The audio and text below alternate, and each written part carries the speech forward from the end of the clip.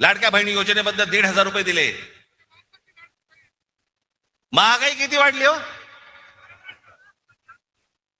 हा, ते 1,500 रुपये तुमचे 15 दिवसात निघून गेले. साधा सिलेंडर 1,000 रुपये आहे. कुठे टिकणार आहे 1,500 रुपये? मला आपल्याला फक्त एवढंच सांगायचंय, पुढच्या ज्या पिढ्या असतील, आज तुमची मुलं असतील, आज अनेक या महाराष्ट्रामधले अनेक उमेदवार आहेत, अनेक लोक आहेत, त्यांची मुलं काय विचार करतील? काय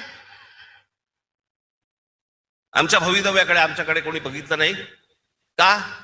आमचा बाप विकला गेला,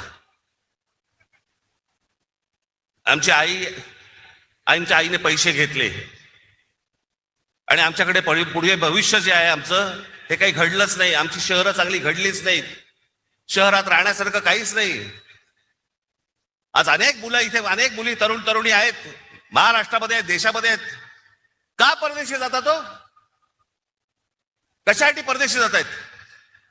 शिक्षण तर इथेही मिळू शकतं, कदाचित नोकरीही इथे मिळू शकते, पण जात आहेत कशासाठी? सभोवतालचं वातावरण सगळं बकाल, रस्त्याला चांगले फुटपाथ नाहीत, ट्रॅफिक वाढलाय, रहदारी सगळीकडे, कशाला काही आटोक्यातच नाहीये काही गोष्टी. अशा लोकांच्या हातामध्ये तुम्ही शहरं देणार आहात?